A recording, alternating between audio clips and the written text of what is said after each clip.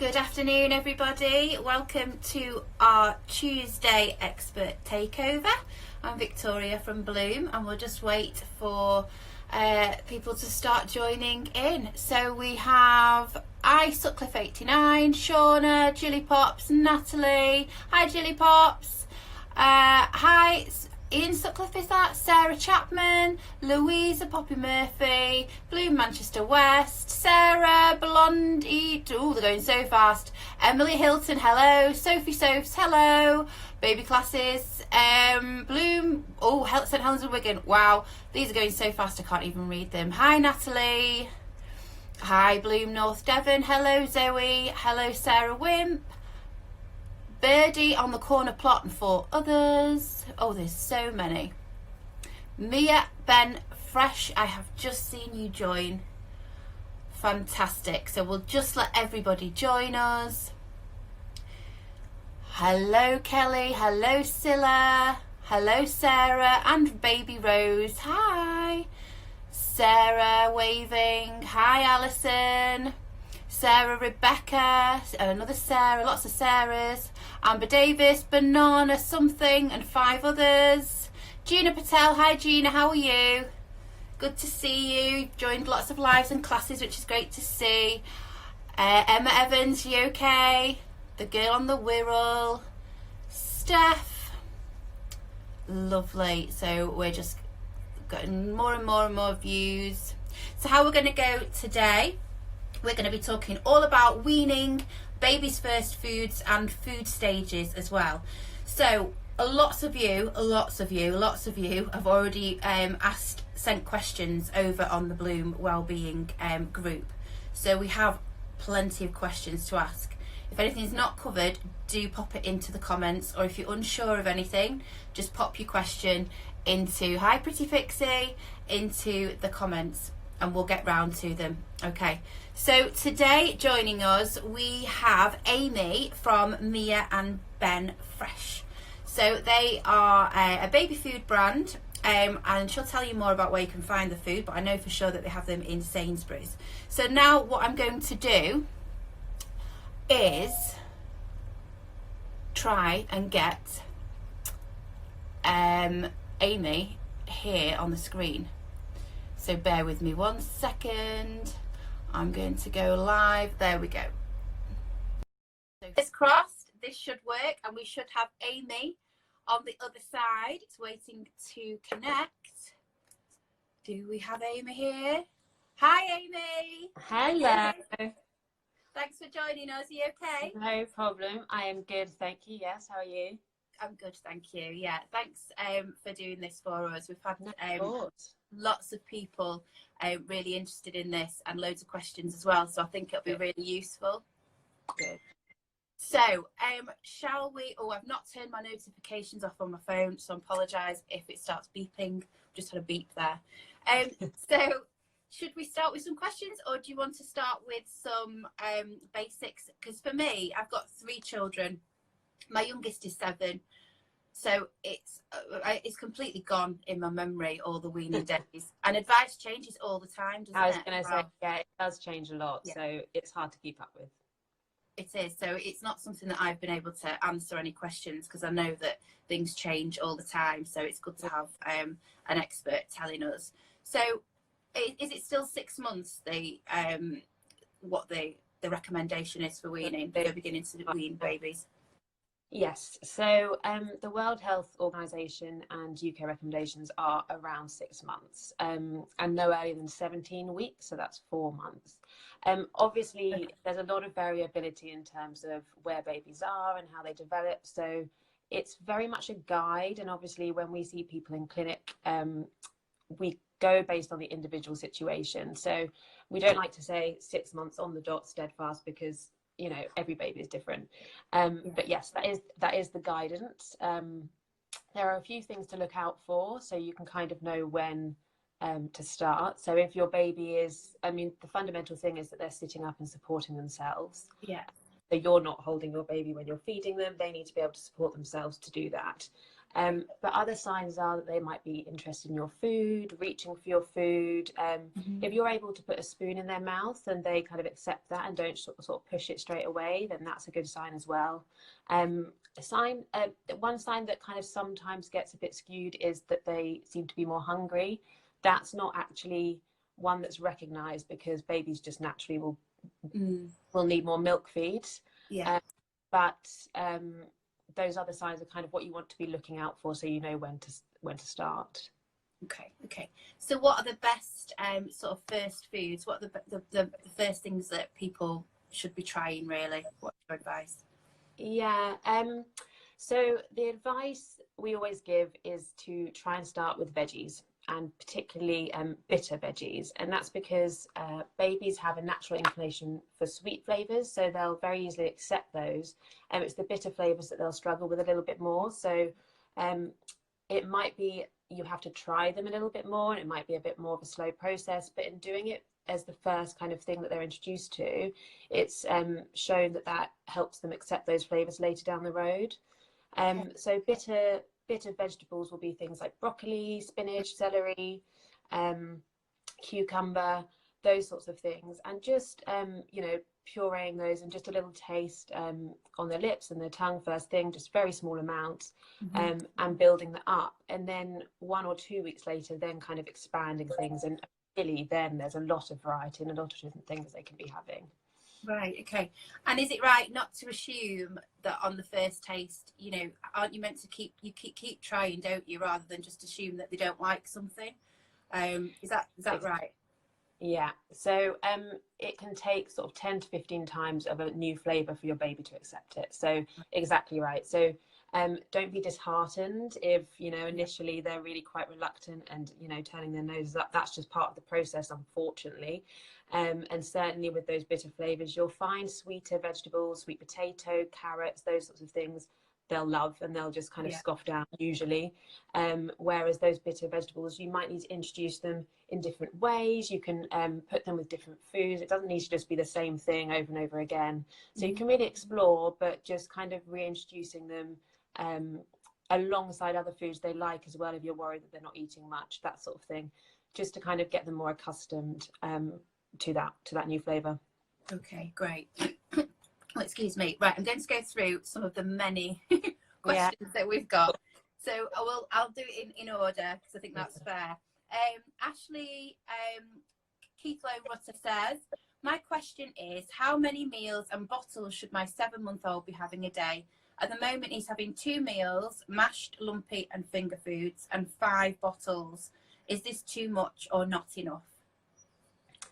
So it's a good question, obviously a common question. So what we recommend is starting with 1 meal, and then the target is obviously to get to 3 meals at 12 months.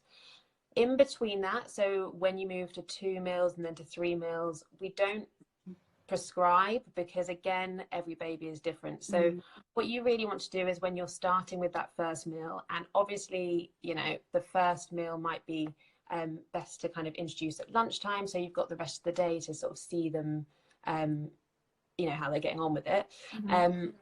So having that lunch and then maybe introducing dinner around 7 months is great. If that works for your baby and you feel like that's suiting them. I think in terms of the feeds, it really depends on how much. So if it's five a day, 4 or 5 bottles a day is fine. You want to be aiming for about 500 to 600 mils of milk. Infant formula or breast milk. So 4 or 5 at 150 mils is fine, or 3 or 4 at 150 mils is fine. Any more than that, you might be filling them up on milk, and then obviously they're not going to have as much interest in their food. So that's just something to think about. And obviously those feeds will come down slowly as you introduce more food. So about 350 mils at 1 year is what you're aiming for. Great. So you'd advise that if you introducing solids at lunchtime is the best time. I've not really thought about that, but it is, I suppose, because you're with them, rather than give it to them later on in the day and then they're going to bed and potentially having a bad tummy or that kind of thing.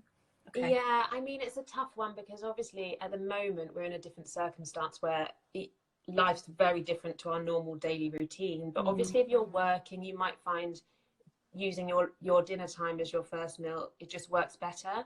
Yeah. So lunchtime can be helpful for that reason. You're with them for the rest of the day, but if it means that, if having it in the evening means that you're relaxed and you're more comfortable and you're eating with them and you're able to be more kind of enjoying the time, then the evening meal is great too. So again, there's some flexibility. It just is really what works for you.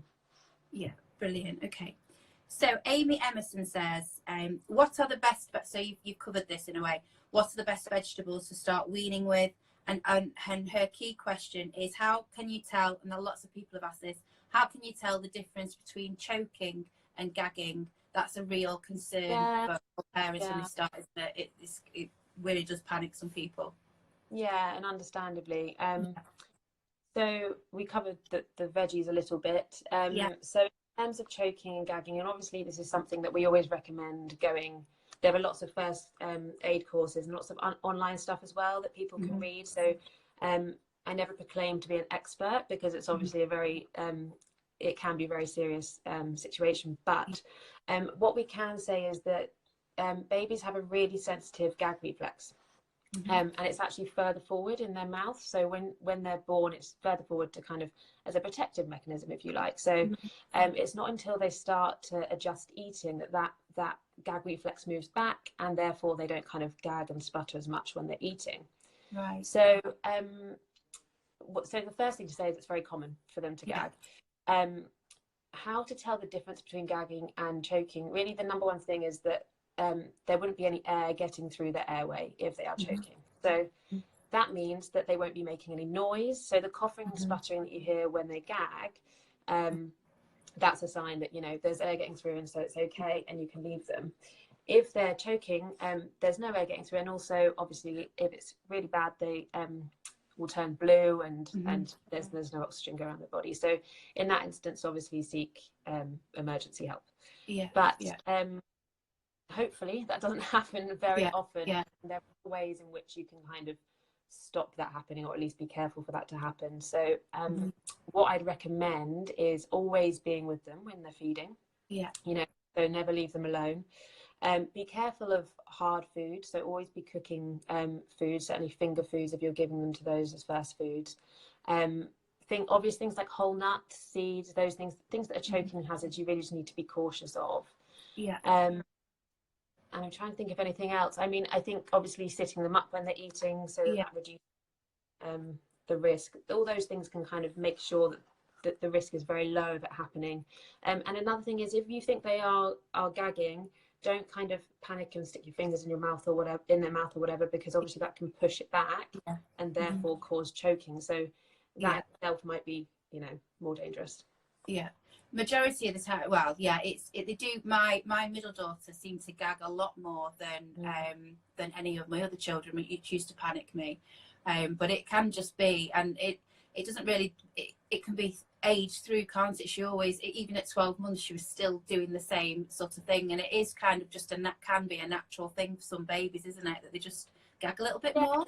It can carry on into them being toddlers. And I think in some ways, some children just kind of almost not become used to it, but you know, they're very kind of reactive, aren't they? If they don't like something, they'll spit it out or whatever. So it's all kind of become a bit of a mix of gagging and dislike and all those things. The best thing to do is just kind of not panic, and ultimately there are first course programs that you can go on, which are super helpful if you are worried. Definitely. So what are the food stages? Can you talk to us about the food stages now? Because again, that's all changed from when mine were little. Completely changed, I think.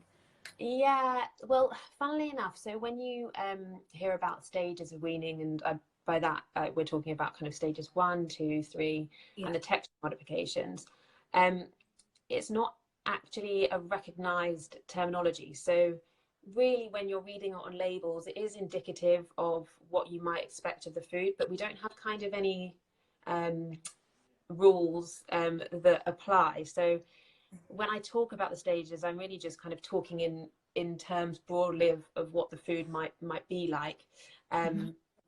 And we're talking about traditional weaning. So that's where you are kind of moving from being pureed up to a whole food. Yeah. And then there's obviously baby-led weaning as well, which that in itself is doesn't really have the stages because you are just introducing the foods from the get-go.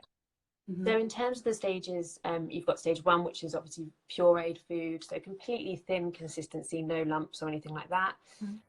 Stage 2 is going to be more kind of a thicker consistency with maybe a few lumps. But that does again depend. I think there's more variability in that kind of stage 2 bracket. Stage 1 is always very kind of thin, no lump. Stage 2 is more variable, and then stage 3 is going to be quite a lumpy texture through having the whole food. Yeah. Okay. Yeah. Does that make sense? Is that Yes. helpful? Yes, it does. It does. Let me go back to some questions, and I'll find there's been lots of questions coming through here as well. Here we go. So bear with me. What foods would you recommend starting for a baby who has reflux? We started weaning last week with vegetables, but it seemed to make his reflux worse. Any suggestions? He's 5.5 months old, and that's from Chloe and baby Kanan. I hope I pronounced that right. So he's refluxy. Reflux, yes. Yeah. So reflux is a bit of a difficult one to give kind of a very specific answer to, because it's very common and there's lots of different reasons for it. When it comes to weaning, there's mixed advice. Some people might advise starting weaning early because it helps to settle the stomach. That's not something that we would typically say in clinic, partly because the reason for reflux is that the sphincter at the bottom of your esophagus that protects your stomach contents coming up, and that burning, that heartburn feeling that we can all feel, is a bit weaker in babies. Right. And so actually weaning early, they're not going to have developed it. So it's weaker and it develops to protect them. And that's why hopefully the reflux will naturally go away. Right. If you start weaning them early, obviously it's more likely that that's not the case. So I would suggest firstly possibly thinking about whether they are definitely ready to start weaning. If they're 5.5 months, it might be that you just need to give it a few more weeks, just let them kind of develop that a little bit more. If you're weaning with vegetables, then there should not really be kind of any concern about those foods in terms of irritating the gut. It might be that you need to think about timing of milk feeds, because obviously if you're feeding quite soon before they're then trying the food, their tummy is going to be full, so it's going to just push into their esophagus, so that's going to be a little bit more painful, and that's going to be when the discomfort comes, and that might cause reflux. I'm trying to think of other ways in which that you could overcome that. One thing might be that just kind of keeping a food diary and trying different foods and seeing if there's certain foods that maybe irritate it. The reflux can also be a symptom of other things like cow's milk protein allergy and those sorts of things. So thinking about if there are any other symptoms, if there are any nappy changes, any other kind of skin changes, those sorts of things, you can always keep an eye out for and just check it's not something else. But obviously, again, if it's veggies and you're not mixing it with any milk or anything, then that shouldn't be the case. But reflux is a difficult one, and it's one that you kind of hope just sort of goes away by itself. But if you're just going for kind of non-acidic veggies, so if you're going for straight veggies, they shouldn't be actually irritating it. It might be more about the timing of those. Right, brilliant. That's good. What are there any foods that can take my first daughter, when she used to have like a strawberries or raspberries or anything tomatoey, she would get this like red rash, quite sore looking rash around her mouth. Was that an allergy? That's not an allergy. So common mistake allergy. So strawberries, melons. There's one other common one. I think it might be. Use tomatoes. Yes. Tomato. Yeah. Tomato. It's a common because of the acidity of the fruits. It's just they've got sensitive skin. You can put a little bit of moisturizer on the skin before they eat them, just to protect the skin around there. But it's not actually an allergy. It's just commonly thought, and maybe it is because of the skin reaction. Yeah, I thought it was an allergy. Thank you for that. There we go. So Laura Herbert has quite a few questions. I'm sure she would agree. She's numbered them all, so it might be a little bit easier. And we may have some of them. I have a few. I love them when they're really organised. Organised mum here. I have a few questions. Advice on how to move 7-month-old baby on from smooth purees to more chunkier. So those are between the stages, aren't they? Is there anything you can recommend to this in a more gradual way? That's the first question. Okay. So, shall I? Yes, go on, yeah. So in terms of moving through the textures in a gradual way, I mean, I think it depends. If you're making the food yourself, you can obviously puree it to the extent that you'd like to puree it too. So you don't need to there's no sort of specific guidelines in terms of jumping to thicker texture. So that's really kind of the ball's in your court a little bit. I'm not sure if the reason for her asking is because maybe they're not taking to the thicker texture, which if that's the case, it might just be that they're not quite ready for it, but you might just want to kind of explore a little bit more with, you can maybe try finger foods, which introduce food in a different format, so in that kind of harder texture, but just for them to sort of feel and play with and experience different textures in that way, not necessarily for them to eat. Just become more familiar with foods and different textures before you actually start to try and feed them, if that makes sense. So it's kind of more of a way of familiarizing them with different textures, with no expectation for them to actually eat them, and then you might find that they take a little bit more to eating the foods in different ways. Right. Well, that explains her second question then, because when she gives her baby who's 7 months the finger food, he's just dropping it on the floor, but there's nothing to worry about because he's just squishing it and just dropping it, so that's nothing to worry about. Did she say, sorry, how old they are? 7 months. 7 months. Right. Yeah. No. So, I mean, when you're in the early stages of weaning, a lot of the nutrition that they need is still coming from their milk. So you don't want to be worrying too much about how much they're eating. It's more about the variety and the balance they're getting. So the fact that they're just kind of, it's common for babies just to pick up the food, throw it all over the place. That's all part of the process. And unfortunately, I know it's a mess and it's not kind of fun for you.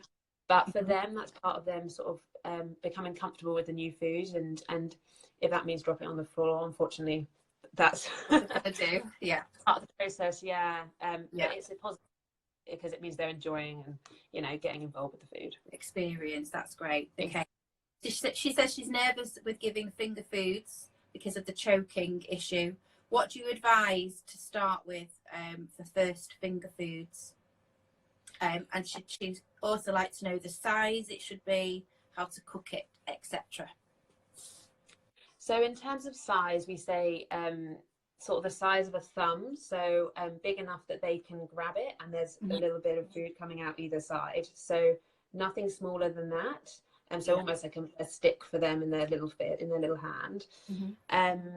In terms of good first foods, if you're sort of 6 to 7 month age, cooked veggies, so cooked carrot sticks, cucumber, and you can take off the hard skin and just have that soft skin if you like. Cooked broccoli florets are really good, especially the long ones, the tender stem broccolis. And actually babies tend to kind of have, because they're fun textures as well, so that's kind of adds a little bit more variety to their meals. And then you can have things like cooked protein, so cooked pieces of chicken, hard-boiled eggs. They're all great first finger foods as well. Anything that's kind of a nice size for them to grab just works well. Oh, great. So can they have eggs then before 12 months? Because again, I couldn't when my eldest was younger. I know. 12 months, wasn't it? I think it was 12 months. Yeah. Because of the allergens was right. Because So unfortunately, it's a little bit confusing because with allergens, the advice used to be to delay introduction. Whereas now we say actually it's advisable to start at 6 months because that reduces the risk of allergies down the road. Okay. So Yeah, so eggs are fine. Hmm. British line eggs are the best because all eggs are fine as long as they're well cooked, but British Hmm. line eggs, they can actually have runny if you did want to explore that. But all the other allergens as well should be introduced from about 6 months. So nuts, milk, wheat, soya, fish. Obviously with nuts ground or as a peanut butter spread, not whole Yeah. nuts. No. Yeah. Simply with seeds, milled seeds are best early on. But introducing all of those at 6 months is advised, yes. Ah, okay. Okay. Wow. Yeah. Wow. That Yeah. change I so know, I so know. different. Really is. Really is. I mean, one thing I would say about allergens, sorry, just to Yeah. go back on that, is that if your baby has severe eczema or you've got food allergy in the family, in that Hmm. instance, I should just clarify, you might want to, it depends on the severity, but you might want to speak to the GP or a dietitian Yeah. just to make sure that introductions kind of, you know what to look out for in terms of signs and introductions safe. But Hmm. on the whole, we say introduce them, and you can do it one at a time and do small amounts at first, and then slowly Hmm. introduce bigger amounts, and then you can really monitor and see kind of if there's anything in any reactions to the foods. Oh, brilliant. Okay. Right. Let's have some questions from these comments then. Here's one. I probably should start from the top. I'll start from the top, otherwise I'm going to get really confused. Okay. Wow, there's loads of comments. Here we go. Let's try. I have food at the ready. Oh, no, she's just making a comment there. She's making a comment. I have food at the ready because I know this is going to make me hungry. Right. We have, what about premature babies? What's the recommendation advice for prem babies with weaning? Yeah, another very good question. So it depends on how premature. There's lots of questions. I'd kind of need to know a little bit more detail around the baby, but it can be confusing because obviously you've got their corrected age and their gestational age that you're working with, and so when I say 6 months, what does that mean for your baby? Generally, the advice is the same. You're looking for the same developmental signs. So if they are sitting up, supporting themselves, showing interest in food, then go ahead and wean. Ideally, probably not before 4 months gestational age, so 4 months of their actual birthday, because you still want to kind of have that time with breast milk or infant formula feeds. But I would say it's a case by case thing a little bit. So if you can, I would speak to, someone about your specific situation, because there's lots of different, and especially with premature babies as well. Have they had nutritional support before because they were early? Did they need kind of, if there have been any growth concerns? All those things are things that would kind of need to be fed into the situation to really know. I imagine as well, because they have been premature, hopefully there's been a reasonable amount of support on that front. So it might be worth asking the healthcare professional, whoever you're whoever you're speaking with. Caroline Whittle says, I'm week 4 into weaning my baby who's nearly 7 months. How many meals should you be having now, and what are the portion sizes? So week 4, I mean, it's as we kind of said a little bit earlier, it's not necessarily a case of how long you've been doing one thing. It's more going to be about how your baby's getting on with it. So if you're giving one meal and they've really taken to it and you're able to give them a nice size portion, and by that I mean essentially you're being led by them, but if they're kind of really showing interest in the food and they're really taking to it, then go ahead and introduce another meal and then move on to the third meal. It's kind of working with your instinct a little bit. If they sort of are a bit reluctant about food and they're still really trying to explore, then don't put pressure on yourselves or your little one, because ultimately that just kind of creates unnecessary stress. So if you're 4 weeks in, you're doing well with one meal, then introduce a second meal. If that works for you and you've got the time of the day and you know kind of what sort of thing, and you've got the right environment. So keeping that kind of structure of the day of having a breakfast and a lunch and a dinner, and being able to have that kind of format and set those expectations up early for your baby, so they know kind of what consistently is going to carry on happening, then go ahead and work with what your baby is doing. Yeah. All babies are so different as well, aren't they? Exactly. So, yeah, it's very hard. You can probably tell by my answers. It's tough to kind of give a one size fits all answer, really. Yeah. We have another question. Milk and food in the same meal or separate? Which comes first? And that's from Laura Ward. As in a drink, as in the milk feed. So do they feed them first and that, or the other way around? So milk feed shouldn't be at the same time as the meals. If you can give your milk feeds in between the meals, that will help them, their appetite, so they actually eat their food. So what I would suggest doing is when you start to wean, as you introduce that first meal, maybe take one of your milk feeds out through the day. So like we said earlier on, aiming for about 4 or 5 feeds a day. You could have an early morning feed, and then mid-morning, mid-afternoon before bed feed. And then having the meals kind of in between those feeds probably works best for most people. Otherwise, if you're having the milk at mealtime, it will fill them up, so they won't be interested in the food so much. You can give water. It's the only other drink that we'd really advise. You can give water, and you don't actually need to boil it unless they're before 6 months. So you can give them in a free-flowing sippy cup. Water with their meals, and they can have a little sip of that and explore that as well with their meals. That's something worth doing kind of as you introduce the meal. Okay, brilliant. Okay.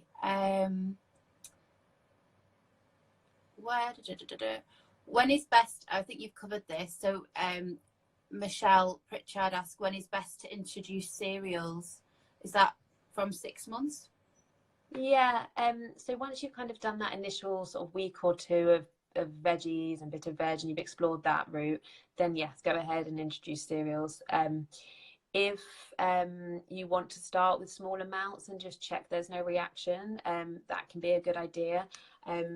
You can maybe decide, because with reactions to foods, I mean, there's no real, it's not, if you have celiac disease in the family, so an allergy to gluten, an autoimmune disorder to gluten, it might be more likely they'll have a reaction. It's not going to be a really common one, so it's not something that I'd say definitely, make sure you're introducing it and with no other foods. But it can be introduced from 6 months. You could just try a small amount, leave it for a few days, see if there's any reactions, and then increase slowly, which realistically you'll be doing with all foods anyway, because you're not going to huge portions from the get-go. So it kind of works with weaning and progressing anyway. Yeah. Okay. Shannon says, I'm going to start weaning at 6 months. Should I do baby rice porridge for a week and then start to introduce vegetables, or do veg straight away? So again, I'd say veg first. Specifically trying for the green veg, bitter veg. You can have some sweeter veg as well, just to kind of explore. And then you can use baby rice. Baby rice is fine to use. It's not something that we necessarily suggest you use. You can use just kind of normal rice with babies. All baby rice is really kind of finer rice, so it makes the consistency if you prefer that. But I would go veggies, then the baby rice, or whatever else later on. And it's kind of just doing yourself a favour, I think, isn't it, if you start with the vegetables? Because does it help with the fussiness? Rather than, it's just easier, isn't it, to do it that way? Yeah. Essentially, hopefully you're benefiting yourself down the road.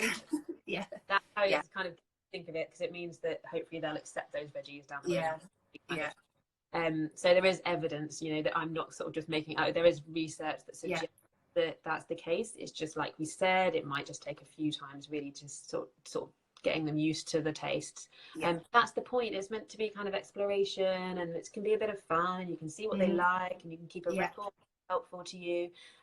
There's no pressure in the early stages for them to be getting their nutrition from the food. So it is kind of a case of just exploring and you know, taking pictures of the funny faces they pull when you're trying to Yeah, I know. I love that. Then when they like something, their eyes that just lights yeah, up, I know doesn't it? And the that. tongue's going and they're wanting more. It's Yeah, really nice. It was my favourite exactly. part, I think, weaning them. It was really great when I did it. I really Yeah. enjoyed it.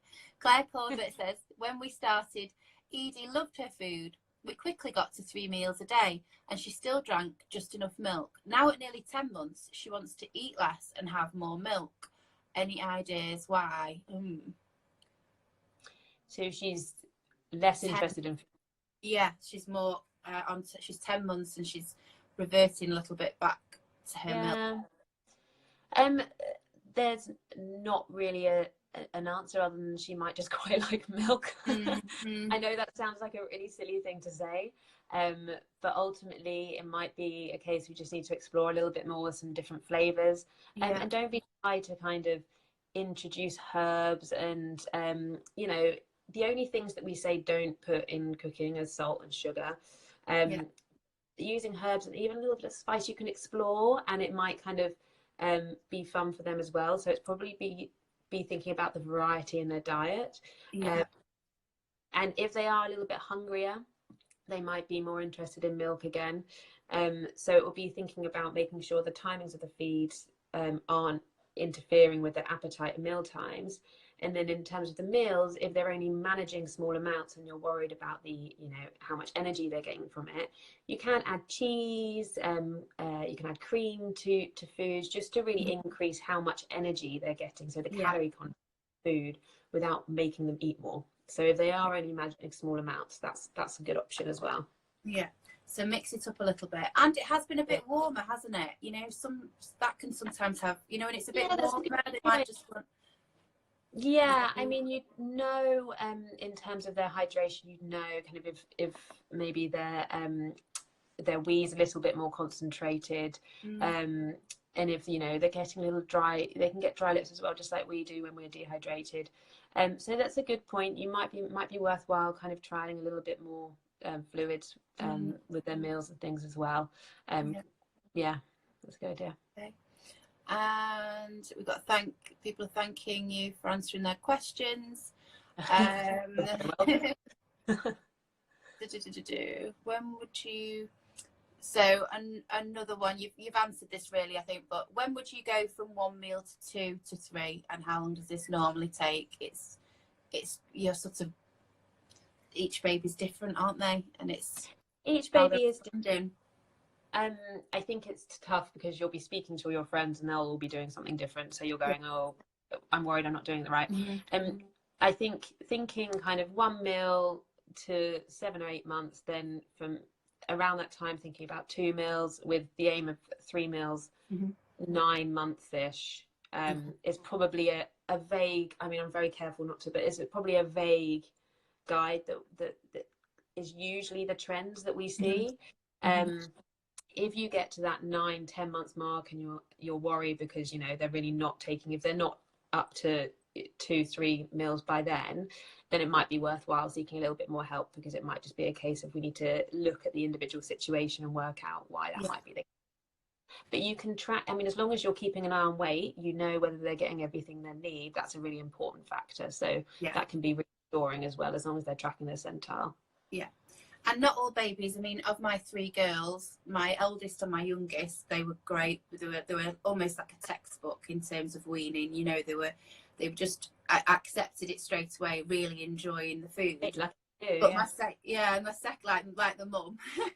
But my second daughter, I think we were nearly at 8 months, and she was very, very slow in. She just didn't really have that interest, and she was a fussy eater and still is a fussy eater, and I didn't really push those vegetables as much, and you can tell that now, and she's 9. So all babies, they just respond differently, don't they?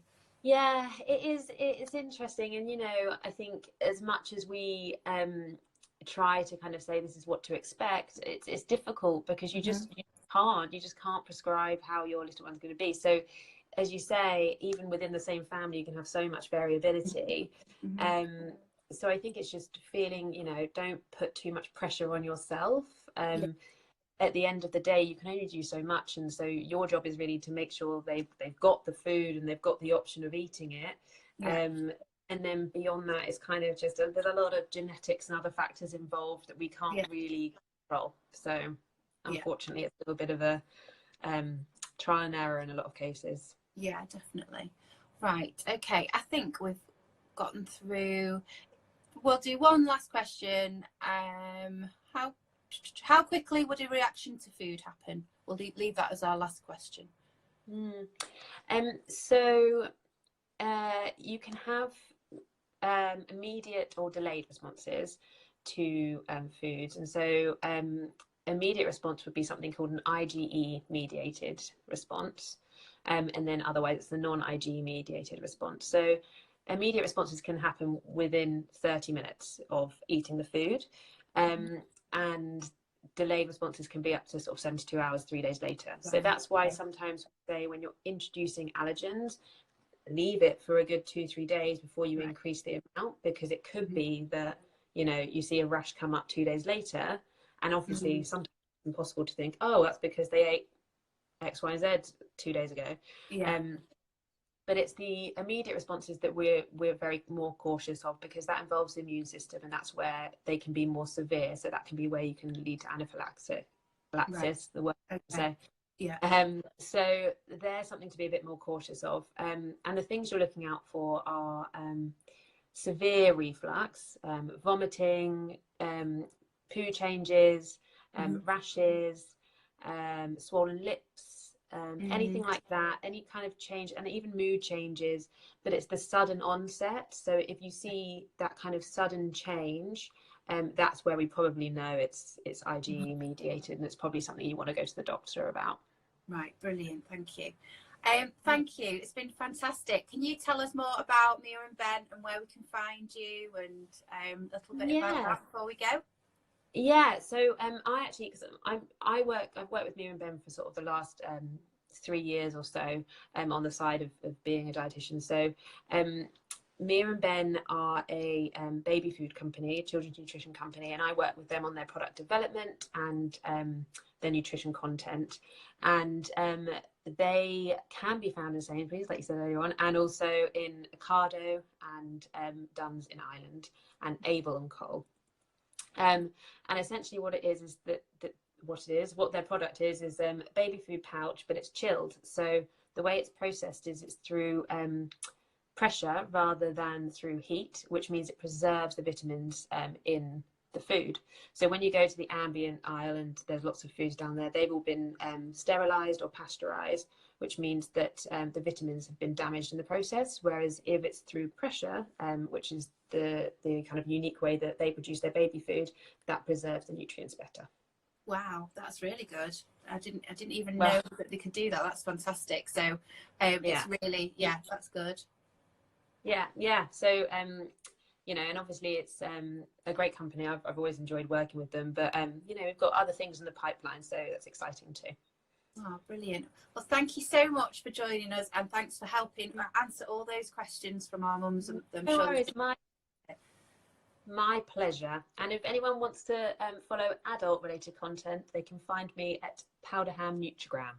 That's what I like to call myself. I'll put a link to that as well. You've got a blog, haven't you?